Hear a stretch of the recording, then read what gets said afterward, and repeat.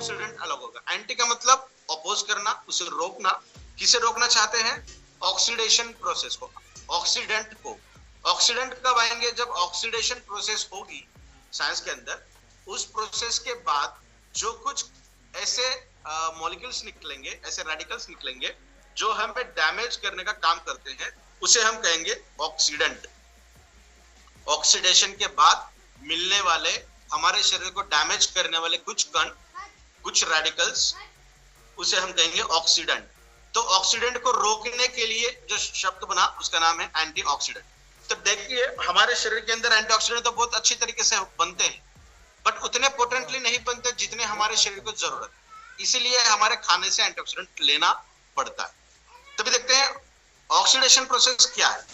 आपके सामने जो पिक्चर दिख रही है एक कार की, वो कार चलाने के लायक नहीं है, वो कार बहुत खराब हो चुकी है, रस्ट हो चुका है उस कार। माने जो लोहा है वो पूरे तरीके से गल चुका है, ये कभी भी किसी भी तरीके के काम की नहीं रही। तो ये क्यों हुआ? इसे खराब करने के लिए तीन चीज कारणीभूत है। सबसे पहले है ऑक्सीजन, दूसरा है पानी।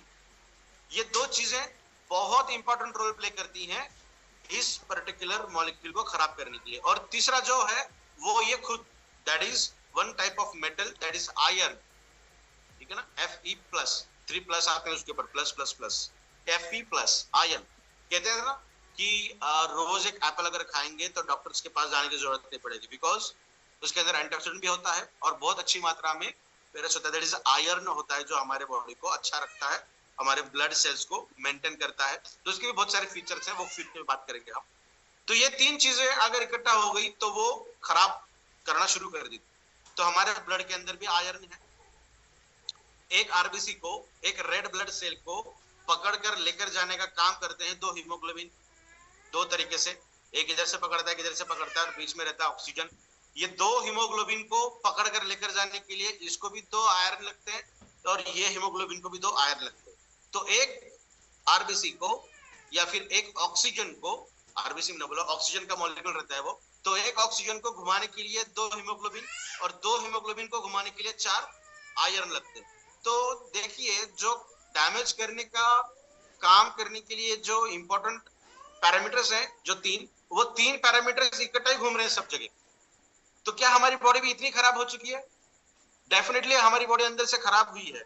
आप जब भी बीएमआई देखोगे ना आपका, जिनका बीएमआई एज से कम है उनकी बॉडी अंदर से अच्छी है, जो लगभग 5-7% लोग आते, उम्र है 20 साल की और बीएमआई चेक करेंगे तो इंटरनल बॉडी जो है वो 30 साल 35 साल की दिख रही है। इसका मतलब आपकी बॉडी अंदर से खराब हो चुकी है। उसका पहला कारण और सबसे बड़ा कारण है एंटीऑक्सीडेंट आपके शरीर के अंदर उतने अच्छे तरीके से नहीं जा रहे।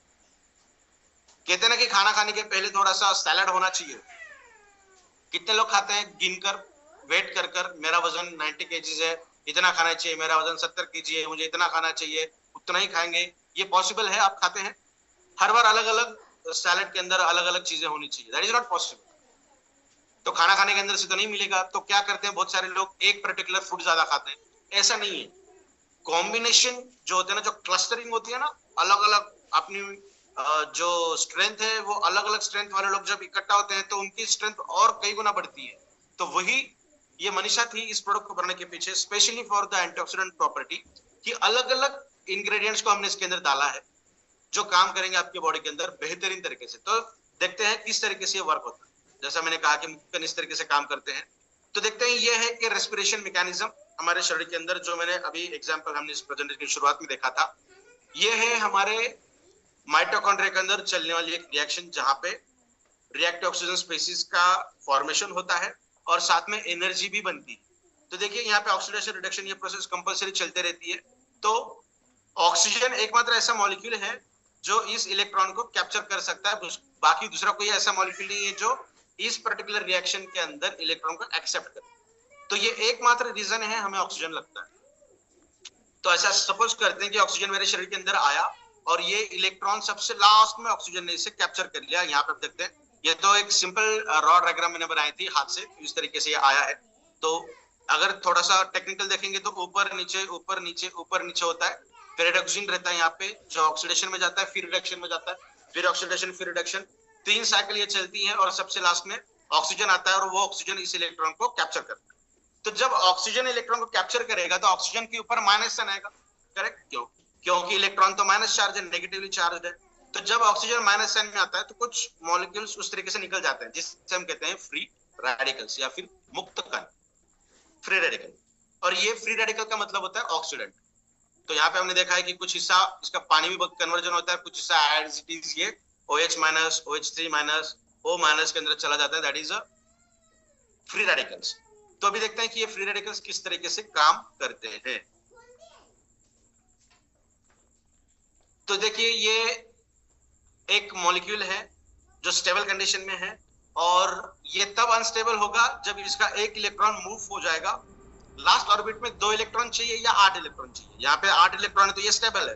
तो देख सकते हैं यहाँ पे ये स्टेबल लिखा हुआ है, इसका एक इलेक्ट्रॉन चला गया, किसने छीन लिया। रेडिएशन के अंदर आप घूमे हो, गलत खाना आपने खाया है, एटमॉस्फेयर के अंदर ज्यादा घूमे हो, धूप के अंदर ज्यादा घूमे हो, पानी का सेवन कम किया है, ज्यादा मसालेयुक्त खाना खाया है, ज्यादा मोबाइल यूज करते हैं, रेडिएशन के अंदर ज्यादा घूम रहे हैं, वाईफाई जोन के अंदर ज्यादा घूम रहे हैं। तो बहुत सारे रीजन है किसी भी मॉलिक्यूल को अनस्टेबल करने के लिए। तो सपोज करते हैं इनमें से कोई एक चीज हुई है हमारे साथ और इसके अंदर का एक इलेक्ट्रॉन चला गया। कितने भी इलेक्ट्रॉन जा सकते हैं, एग्जाम्पल के तौर पर हम समझ रहे हैं एक इलेक्ट्रॉन चला गया, तो अभी बाहर की इसमें चाहिए 8, तो यहाँ पे है 7। तो एक इलेक्ट्रॉन यहां से चला गया तो ये हो गया फ्री रेडिकल के अंदर अनस्टेबल। अनस्टेबल अगर रहा तो वो किसी भी केमिकल रिएक्शन के अंदर पार्टिसिपेट कर सकता है, बिन बुलाया मेहमान होता है वो, और वो भी आतंकवादी की जैसा होता है जो घर में घुस के तहस नहस करने का काम करता है। तो उसको स्टेबल करना जरूरी है, और वो स्टेबल तब होगा या तो वो किसी और मॉलिक्यूल के साथ जाकर कॉम्बाइन करे और कंबाइन करके अपनी वैलेंसी को सेटिस्फाई कर दे। वो बहुत कम बार देखने मिलता है। अगर हम फ्री रेडिकल की बात करेंगे तो एंटीऑक्सीडेंट्स क्या करते हैं कि अपने पास का एक इलेक्ट्रॉन इसे दे देते, बिकॉज एंटीऑक्सीडेंट्स के पास बहुत सारे इलेक्ट्रॉन्स होते हैं। ये इलेक्ट्रॉन इसे दे देगा, फिर से इसे कन्वर्ट कर देगा स्टेबल मॉलिक्यूल के अंदर। और अगर ये स्टेबल हुआ तो ये किसी भी पार्टिकल, ये किसी भी केमिकल रिएक्शन के अंदर पार्टिसिपेट नहीं कर सकता, वो स्टेबल बना। तो यही काम है एंटीऑक्सीडेंट का। जितने भी फ्री रेडिकल्स मिल रहे हैं शरीर के अंदर, उसे पकड़ पकड़ के वो निष्क्रिय कर देगा, उसे डिफ्यूज कर देगा, उसे स्टेबल कर देगा। इसीलिए एंटीऑक्सीडेंट को स्कैवेंजर्स कहते हैं। स्कैवेंजर का मतलब होता है पकड़ के चारों तरफ से उसे घेर के उसे दबोच लेना, उसे समाप्त कर देना। सिर्फ पकड़ के नहीं, चारों तरफ से उसे लेगा ताकि वो किसी भी तरीके से बाहर ना निकल पाए। That is the benefit of antioxidant. और एंटीऑक्सीडेंट हमारे रोज के खाने से मिलते हैं, बट हमने यहाँ पे जो इंग्रेडिएंट दिए ना, उनके अंदर एंटीऑक्सीडेंट कैपेसिटी बहुत शानदार तरीके से है। लगभग 30 से भी ज्यादा इंग्रेडिएंट ऐसे जिनके अंदर एंटीऑक्सीडेंट कैपेसिटी है। कुछ एंटीऑक्सीडेंट्स बहुत पोटेंटली काम करते हैं, उनकी एफिशिएंसी को बढ़ाने के लिए दूसरे एंटीऑक्सीडेंट एक्टिवेटर का काम करते हैं, एनहांसर्स का काम करते हैं, इग्निशन का काम करते हैं। इसीलिए जो जब क्लस्टर का बात आती है ना, जब कॉम्बिनेशन की बात आती है, तो combination therapy is the best therapy. समझ रहे हैं आप? क्योंकि कौन सा मॉलिक्यूल को और ज्यादा उसकी एफिशिएंसी बढ़ाएगा पता नहीं चलता। तो इसीलिए ये परफेक्ट फॉर्मुलेशन है इस प्रोडक्ट का, जो एंटीऑक्सीडेंट प्रॉपर्टी को शानदार तरीके से ये बढ़ा। नेक्स्ट में अगर हम देखेंगे इसका next feature, that is auto immune disorders. Auto immune disorders की अगर हम बात करेंगे, हमारी खुद की इम्यून सिस्टम हमारे ही शरीर को फॉरेन पार्टिकल समझ के फाइट करने लगती। नाम के अंदर ये साइंस इतना सुंदर है, साइंस ने हर चीज नाम के अंदर ही दफन कर दी है। Auto immune, automatic immune system disorders. Automatic का मतलब क्या होगा? आपके ही WBCs, व्हाइट ब्लड सेल्स, आपके भी killer cells, natural killer cells, T4 cells आपके शरीर को मारने का काम करते हैं। ठीक है, उसे हम कहेंगे ऑटो इम्यून डिसऑर्डर्स। तो ऑटो इम्यून डिसऑर्डर्स हमारे शरीर के ब्रेन से लेकर फुट तक हर हिस्से में देखे जा सकते हैं। और आज जितने भी डिसीज डिसऑर्डर्स हम सुन रहे हैं ना, उसमें से 95% डिसीजेस एंड डिसऑर्डर्स एक ही कैटेगरी के अंदर आती है, that is auto immune disorders. मतलब गलत लाइफस्टाइल के वजह से जुड़ने वाली बीमारियां। ठीक है, तो क्या इसे रिवर्ट कर सकते हैं? देखते हैं आगे आगे। अगर ये प्रोडक्ट शानदार तरीके से वर्क करता है, आपको लगा प्रेजेंटेशन देखते हुए कि हाँ ये काम कर रहा है, तो डेफिनेटली ये कह सकते हैं कि अगर लाइफस्टाइल अंदर से सुधार दी जाए तो बहुत सारी दिक्कतों का सामना हमें नहीं करना पड़ेगा, और जितने भी डैमेजेस आज हम देख रहे हैं उससे हम बच सकते हैं। तो अभी देखते हैं ऑटो इम्यून डिसऑर्डर्स किस तरीके से काम करते हैं। सबसे पहले है कंफ्यूजन। बहुत आम तरह की बीमारी है, बहुत लोग तो इसको कैजुअल लेते हैं, यार भूलना ठीक है यार, बहुत टेंशन में रहता हूँ मैं, बहुत सारे काम है, भूलना तो लाजमी है ना, मैं भूल तो सकता हूँ कि कितना काम करूंगा। पहले ऐसा नहीं था, जब कैलकुलेटर नहीं थे तो वो ब्रेन पावर अलग थी, तो उस वक्त लाइफस्टाइल बहुत सही थी उनकी। आज भी अगर हम गांव की तरफ जाएंगे तो उनका ब्रेन, जो लोग शहर के अंदर रहते हैं उनसे कई गुना अच्छा चलता है हर सेक्टर के अंदर।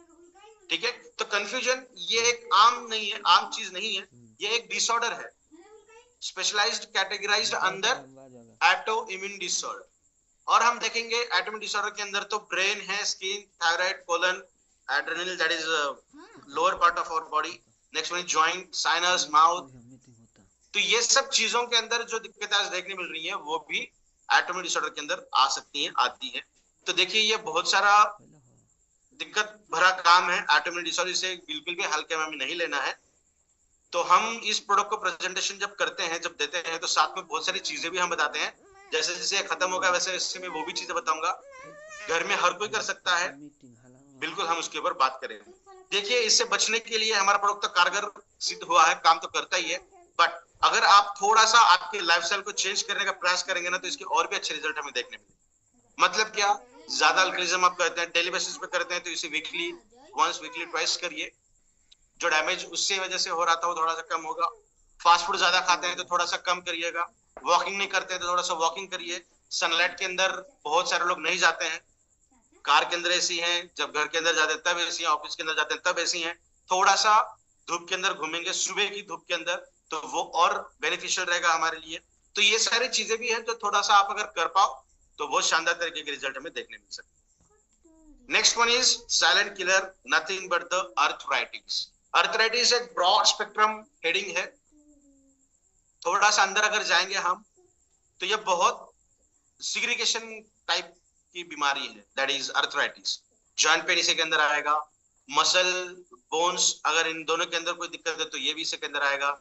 स्पाइन रिलेटेड प्रॉब्लम्स अगर है तो ये भी अर्थराइटिस के अंदर आएगी। ऑस्टियोपोरोसिस है, ऑस्टियोपेनिया है, रिमेटेड अर्थराइटिस है, बहुत सारी चीजें हैं हड्डियों से संबंधित जिसे हम ब्रॉडली कहेंगे अर्थराइटिस। तो अर्थराइटिस हमें सिर्फ इतना पता है कि हड्डियों के अंदर का कैल्शियम कम हो जाना या फिर जॉइंट का पेन होना। तो ये बहुत कॉमन चीजें हैं आज की डेट में हमें देखने मिल रही है। बहुत बार ये देखा जाता है कि ठोस सतह पे हम बैठते हैं या हल्का कहीं हमारा डैश लगता है तो हमारी हड्डी खराब हो जाती है, फ्रैक्चर हो जाता है, हम वहां पे सूजन बहुत आती है, इन्फ्लेमेशन बहुत जल्दी देखने मिलता है, या फिर कार्टिलेजेस ब्रेक होना, या फिर जॉइंट के अंदर का जो ऑयल होता है वो थोड़ा सा कम हो जाना, स्पाइन के अंदर गैप बढ़ जाना, थोड़ा सा हाइट कम हो जाना। तो ये सब चीजें हैं अर्थराइटिस के अंदर। उसके ऊपर थोड़ी सी बात करते हैं। देखिए ये एक हेल्दी बोन है, फिजिकल अपीयरेंस अगर देखेंगे तो स्ट्रेट खड़ा हुआ है, तो ये हेल्दी बोन है, बोन की डेंसिटी है इस तरीके से। ये धीरे धीरे अगर इस तरीके से बनती जाए तो इसे हम कहेंगे ऑस्टियोपोरोसिस। ऑस्टियो का मतलब होता है मेडिकल टर्मिनोलॉजी में बोन्स, पोरोसिस का मतलब होता है छेद। अगर बोन के अंदर ये जो छोटे छोटे छेद है ये तो नेचुरल तरीके से होते हैं, इसको अगर ये जो छेद है ये थोड़े से अगर बढ़ने लगे इतने ज्यादा तरीके से तो इसे हम कहेंगे पोरोसिस। तो ऑस्टियोपोरोसिस एक आज की डेट में देखने वाली बहुत कॉमन सी बीमारी है। अगर 50-55 साल की एज है आपकी तो थोड़ा सा लोग संभल के चलते हैं, थोड़ी सी ठेस अगर लग जाए, थोड़े से ठोस सतह में बैठ जाए, या फिर किसी ने थोड़ा सा मार दिया थोड़ा सा ज्यादा तरीके से, या फिर इनका भी हाथ कहीं जोर से लग गया तो फ्रैक्चर होने की चांसेस है, बिकॉज आपके बोन्स के अंदर उतना कैल्शियम नहीं है। तो भी कैसे देख पाएंगे कैल्शियम कितना होना चाहिए? तो ये एक टी स्कोर नाम की एक टेस्ट होती है जो डिटरमाइन करती है, शो करती है आपके शरीर के अंदर कितना कैल्शियम अवेलेबल है। अगर वो +1, समझना कैसा है, रेफरेंस दी जाती है, फिर भी मैं आपको बता रहा हूँ, +1 से -1 के बीच में अगर है, जो ग्रीन यहाँ पे हम लेवल बता रहे हैं, that is normal bone density. ठीक है, -1 to -2.5 अगर हम देखेंगे दैट इज ऑस्टियोपेनी, ऑरेंज जोन। और ऑरेंज जोन के बाद कौन सा जोन आएगा? रेड जोन, जो ऑस्टियोपोरोसिस के अंदर आप कन्वर्ट हो चुके हैं, that is you are in a danger zone. तो इसे रिवर्ट होना बहुत मुश्किल भरा काम है, बिकॉज डैमेज आपके बॉडी के अंदर कैल्शियम होता है 98%, आपके शरीर के अंदर 10% है या 20% है। तो ये जो बीच का ये जो फासला है, इस फासले को ओवरकम करने के लिए टाइम ड्यूरेशन ज्यादा लगेगा। तो इसीलिए थोड़ा सा बोन्स को एनालिसिस कर पाना मुश्किल भरा काम होता है, इसीलिए इसे साइलेंट किलर कहते हैं। 2 में से 1 वुमन और 5 में से 1 मैन, मतलब पुरुषों के अंदर 20% और फीमेल्स के अंदर 50% ये देखा जाता है कि आर्थराइटिस है। आज अगर हम बात करेंगे तो 50% की एनालिसिस देखी जाती है।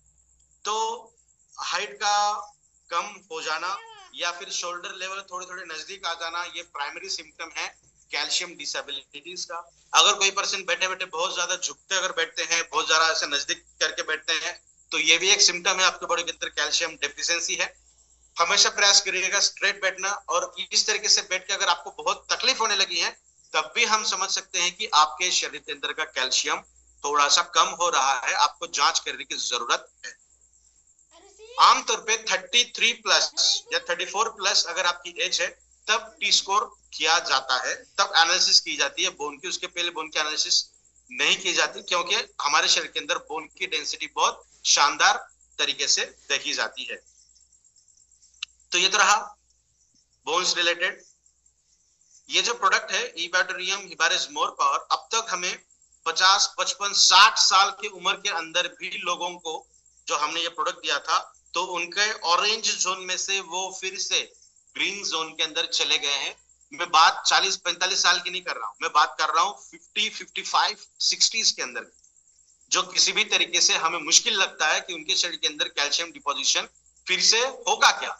डेफिनेटली इसके बहुत सारे रिजल्ट हमारे पास ऑलरेडी अवेलेबल है ऑन आवर यूट्यूब चैनल। तो नेक्स्ट वन इसके फीचर हम बात करेंगे ऑन ब्रेन। ब्रेन के अंदर भी बहुत शानदार तरीके के रिजल्ट हमें देखने मिलते हैं, बिकॉज हमारे ब्रेन को 4 हार्मोन कंट्रोल करते हैं। ना सिर्फ ब्रेन को, इसके अंदर के 2 हार्मोन जो हार्मोन्स है एंजाइम्स के तौर पे भी काम करते हैं, और पर्टिकुलरली दूसरे एंजाइम्स के प्रोडक्शन के अंदर भी काम करते हैं, और अलग अलग एंजाइम्स की एफिशिएंसी को बढ़ाने के लिए भी ये काम करते हैं। तो ये सिर्फ ब्रेन के अंदर नहीं, हाइपोथैलेमस की बात करेंगे, पिट्यूटरी ग्लैंड की बात करेंगे, एड्रिनल ग्लैंड की बात करेंगे, तो इन ग्लैंड्स के अंदर भी उनकी वर्किंग एफिशिएंसी को बढ़ाने के लिए, और इनमें से कुछ जो बाय प्रोडक्ट है, एज अ बाय प्रोडक्ट भी ये एंजाइम्स काम, ये हार्मोन्स काम करते हैं। तो ये सिर्फ हार्मोन्स ही नहीं, ये एंजाइम के तहत भी काम करते हैं। तो मोटा मोटी बात करेंगे ये क्या काम करते हैं। डोपामाइन काम करेगा प्लेजर, हैप्पीनेस स्प्रेड करने के लिए। ऑक्सीटोसिन लव हार्मोन है जो अफेक्शन क्रिएट करेगा, एक्साइटमेंट लेवल को क्रिएट करेगा, जो ह्यूमैनिटी बोलते हैं ना, हम इंसानियत बोलते हैं ना, तो उस तरीके का वो हार्मोन है जो आपको आपके शरीर के अंदर, मन के अंदर वो भावना बढ़ाएगा। नेक्स्ट वन इज मूड, जो सेंसिटिविटी को, सेंसेशन को और डाइट के प्रति शो करता है। और last one is endorphin, is nothing but the painkiller, where is a natural painkiller है। आसान तरीके से जो हीलिंग प्रोसेस हम कहते हैं ना, अभी जख्म हुआ है आधे घंटे के बाद उतनी तकलीफ नहीं होगी जितनी तकलीफ अभी हो रही है। तो ये डेफिनेटली हमारे शरीर के अंदर ये हार्मोन का सिक्रेशन ज्यादा होता है। देखिए कितना शानदार है हमारा। ये वीडियो कैसा लगा, हमें उम्मीद है कि आपको बहुत अच्छा लगा होगा। अगर वीडियो अच्छा लगे तो आप अपने टीम में शेयर कीजिए, ताकि हर व्यक्ति के पास ये इन्फॉर्मेशन पहुंच सके। अभी भी इस चैनल को सब्सक्राइब नहीं किए हैं तो जरूर कर लीजिए। वीडियो को देखने के लिए आपको दिल की गहराइयों से प्रेम पूर्वक बहुत बहुत धन्यवाद।